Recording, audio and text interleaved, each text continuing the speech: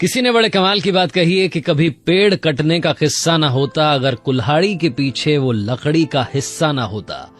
Hi guys, मैं हूं RJ Kartik, my FM से एक छोटी सी कहानी। ये कहानी है रामायण के उस भाग की जब रावण के पेट में, उसकी नाभि में जाकर के राम का तीर लगा था और वो धराशायी होकर के जमीन पर गिर गया था। प्रभु श्री राम की सेना जीत का जश्न मना रही थी।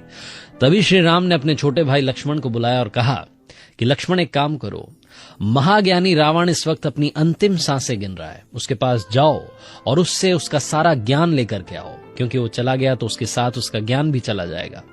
लक्ष्मण को हंसी आ गई। लक्ष्मण ने कहा कि भैया माफ करें, आप ही मजाक क्यों कर रहे हैं? रावण में कहां ज्ञान हो सकता है? वो तो अहंकारी है, राक्षस है, घमंडी है, उससे क्या ज्ञान मिलेगा? श्री राम ने कहा कि बस मेरा आदेश मानो, जाकर के ज्ञान लेकर आओ।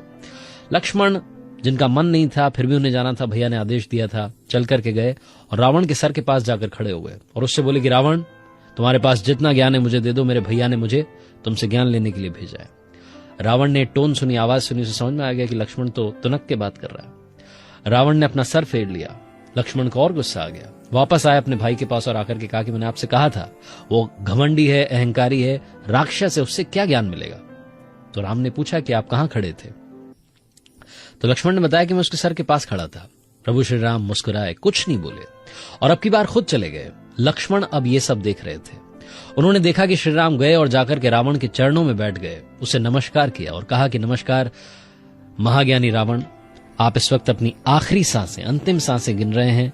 आप इस दुनिया से अलविदा कहने वाले हैं, लेकिन जाते जाते इस दुनिया को अपना ज्ञान देकर के जाओ।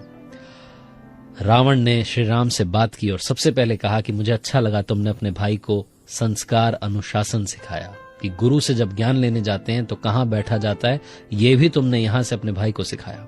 और दूसरी बात, एक बात है जो मुझ में और तुम में अंतर पैदा करती है। मेरे पास में सब कुछ है, मेरे पास में बुद्धि है, बुद्धि में तुमसे उत्तम हूं, धन में तुमसे उत्तम हूं, मेरे पास में सोने की पूरी नगरी लंका है, तुम्हारे पास में सिर्फ सोने का एक महल है। मेरे पास में हर वो चीज है जो इस दुनिया में होनी चाहिए, लेकिन एक चीज मेरे पास में नहीं थी जो तुम्हारे पास में थी। श्री राम ने निवेदन किया और फिर से पूछा कि महाराज बताएं वो क्या चीज थी जो आपके पास नहीं थी और मेरे पास थी? तो रावण ने कहा कि मेरा छोटा भाई विभीषण तुम्हारे पास आया और आकर के मेरा भेद बता दिया। उसने बता दिया कि नाभि में तीर लगेगा तो रावण की मौत होगी, और तुम्हारा छोटा भाई लक्ष्मण तुम्हारे साथ आखिरी वक्त तक डटा रहा, इस वक्त भी तुम्हारे साथ खड़ा है। यही वो अंतर है जिसकी वजह से तुम्हारी जीत हुई और मैं यहां पर धराशायी होकर के अपनी आखिरी सांसें गिन रहा हूं। मेरा अपना मेरे खिलाफ खड़ा था और तुम्हारा अपना तुम्हारे साथ खड़ा था।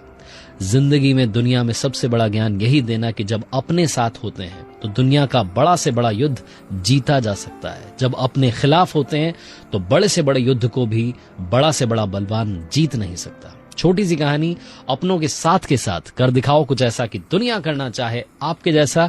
ये थी दिवाली स्पेशल स्टोरी। हर सोमवार सुबह 9:30 बजे मेरे पेज पर देखिए एक नई कहानी। और हाँ, अगर आप कुछ अच्छा सुन रहे हैं तो आप माय एफएम सुन रहे हैं। चलो आज कुछ अच्छा सुनते हैं।